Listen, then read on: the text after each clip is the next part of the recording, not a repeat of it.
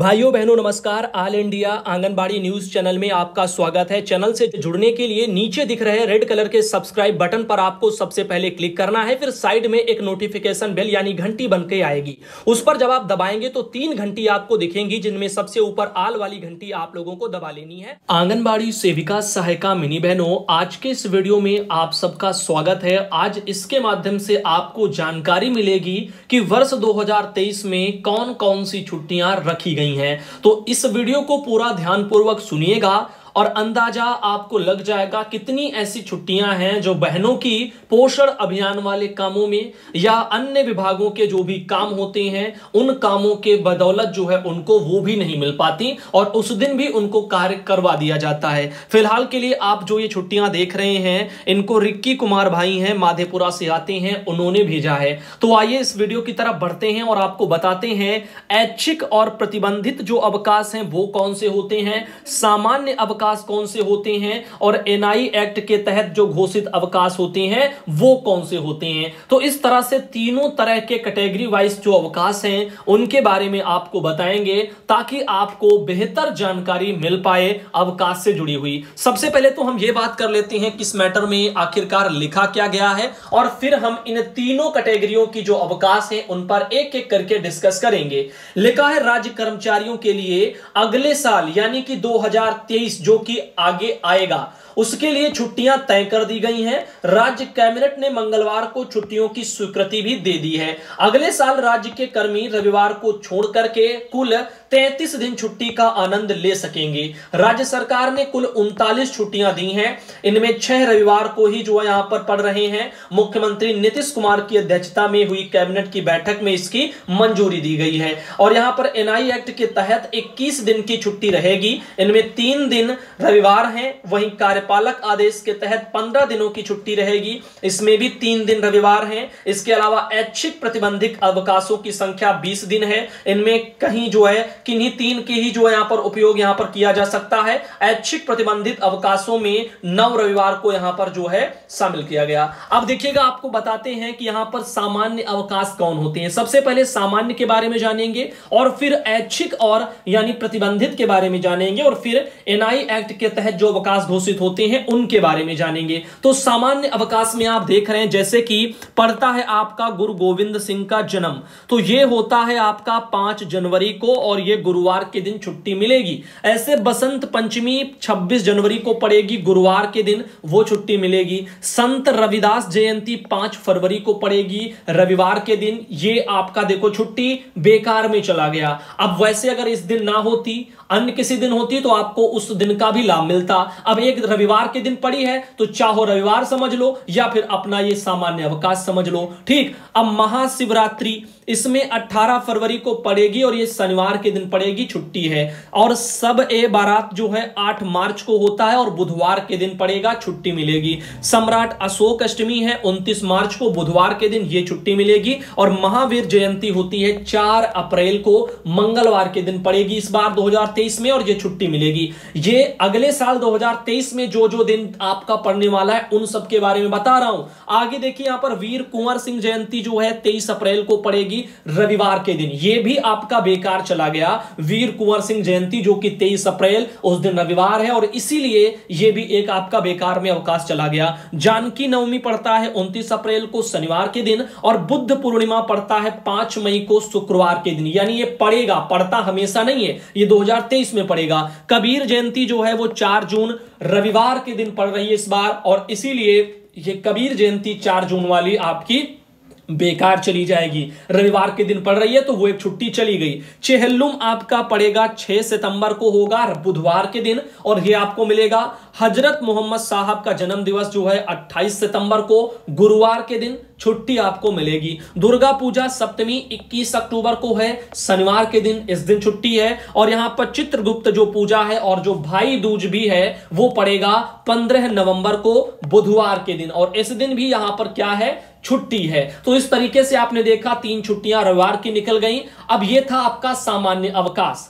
अब आपको बताते हैं प्रतिबंधित या फिर ऐच्छिक अवकाश कैसे कैसे होते हैं। जैसे नववर्ष ठीक 1 जनवरी को मनाया जाता है। तो ऐसे में जो है वो पड़ता है आपका ऐच्छिक या प्रतिबंधित अवकाश की श्रेणी में आता है। ऐसे ही मकर संक्रांति है 15 जनवरी को पड़ेगी, वो आपकी आएगी। और कर्पूरी जो है यहां पर ठाकुर जयंती 24 जनवरी को होगी और होली 6 मार्च को होने वाली है। रमजान का अंतिम जुमा 21 अप्रैल को होगा। ईद उल फितर यानी ईद जो है वो 23 अप्रैल को 2023 में पड़ेगी। अनुग्रह नारायण सिंह जयंती 18 जून को होगी। ईद उल जोहा यानी बकरीद जिसको बोलते हैं वो 30 जून को होगी। मुहर्रम 30 जुलाई को पड़ेगा। अंतिम श्रावणी सोमवार 28 अगस्त को होगा। रक्षाबंधन 30 अगस्त को पड़ेगा। कब पड़ेगा अगली बार? 30 अगस्त को। विश्वकर्मा पूजा 17 सितंबर को पड़ेगा। अनंत चतुर्दशी 28 सितंबर को पड़ेगी। जयप्रकाश नारायण जयंती 11 अक्टूबर को पड़ेगी। दुर्गा पूजा यानी कलश स्थापना वो आपका 15 अक्टूबर को पड़ेगा। श्री कृष्ण सिंह जयंती 21 अक्टूबर को पड़ेगी। दुर्गा पूजा 25 अक्टूबर को और छठ पूजा यानी खरना वो 18 नवंबर को। डॉक्टर राजेंद्र प्रसाद जयंती 3 दिसंबर को और क्रिसमस ईव 24 दिसंबर को। इस तरह से 2023 का ये आपका हो गया ऐच्छिक प्रतिबंधित अवकाश। अब आपको बताते हैं एनआई एक्ट के तहत जो अवकाश घोषित होते हैं उनके बारे में। तो यहां पर आपके कौन कौन से हैं वो आप देखिए।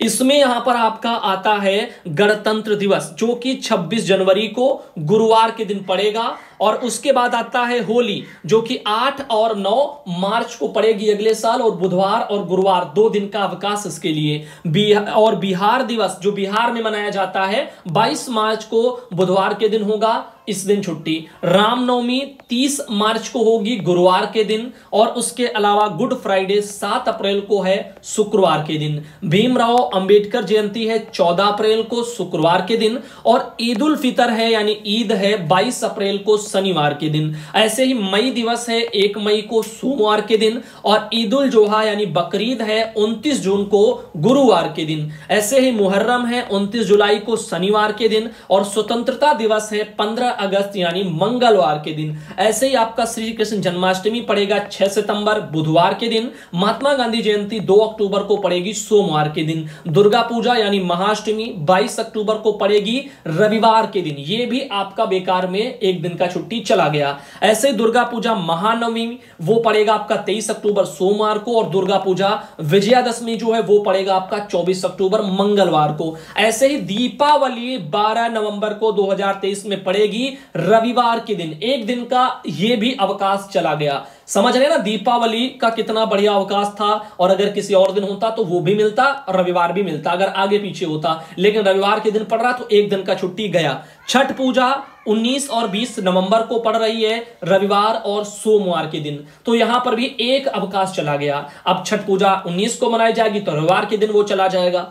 अब देखिए क्रिसमस जो है यहां पर 25 दिसंबर को पड़ेगा सोमवार के दिन। इस तरीके से आपका ये आ गया चीजें जो कि आपका 2023 में कुल 39 छुट्टियां हैं। और आप देख सकते हैं इस तरह से यहां पर कुछ रविवार में भी 6 पड़ रहे हैं, जिस वजह से ये काफी नुकसान लोगों को इसका उठाना पड़ेगा छुट्टियों के मामले में। तो अभी फिलहाल के लिए मैं यही चाहता हूं कि आप सब अपनी अपनी राय कमेंट में दें, क्योंकि ये जारी तो हो जाते हैं लेकिन इनका लाभ बहुत से विभागों में जो भी बेचारे कम मानदेय पर कार्यरत कर्मचारी हैं उनको नहीं मिलता।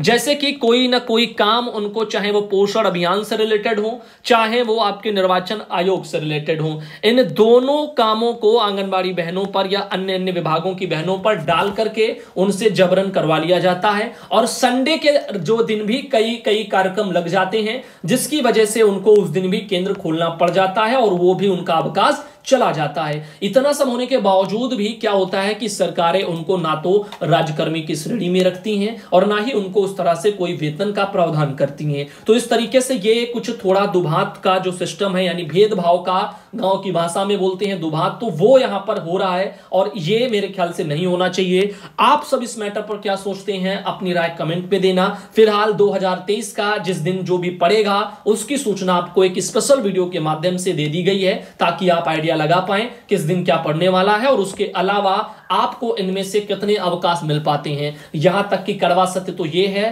कि संडे तक का अवकाश कार्यकर्तियां बहनों को समय से नहीं मिल पाता है, उस दिन भी कोई ना कोई काम उनसे करवाया जाता है। तो इसीलिए मैं चाहता हूं कि इस बारे में थोड़ा आप लोग भी जागरूकता दिखाएं और मैटर को भी शेयर करें और अपनी मांगों को ऑल इंडिया के इस वीडियो के नीचे कमेंट बॉक्स में जरूर रखें, ताकि जहां कहीं भी जाए और सबको इसके लिए आवाज उठाए। जो भी छुट्टियां हैं उन छुट्टियों का लाभ तो कम से कम हम लोगों को भी मिलना चाहिए। अब फिलहाल के लिए इसके लिए मांग भी करनी चाहिए, सभी बहनों को सभी जिलों से भी करनी चाहिए, क्योंकि छुट्टी जरूरी है। अब ये छुट्टियां दी क्यों जाती हैं इसके बारे में आपको हम थोड़ा जानकारी दे देते हैं। काम करते करते इंसान क्या होता है, ऊब जाता है, थक जाता है, इसीलिए ये मनोरंजन के तौर पर आपको या यूं ये समझें कि जो है आराम करने के लिए छुट्टियां दी जाती हैं, या यूं समझो कि परिवार के साथ अपना टाइम व्यतीत करने के लिए जो है आपको ये छुट्टियां दी जाती हैं, ताकि आप अपनी जो भी काम कर रहे हैं उनमें आप जो है ज्यादा परेशान ना हो। और छुट्टियां जरूरी होती हैं, आपके फैमिली वाले भी काम होते हैं उनको भी करने के लिए।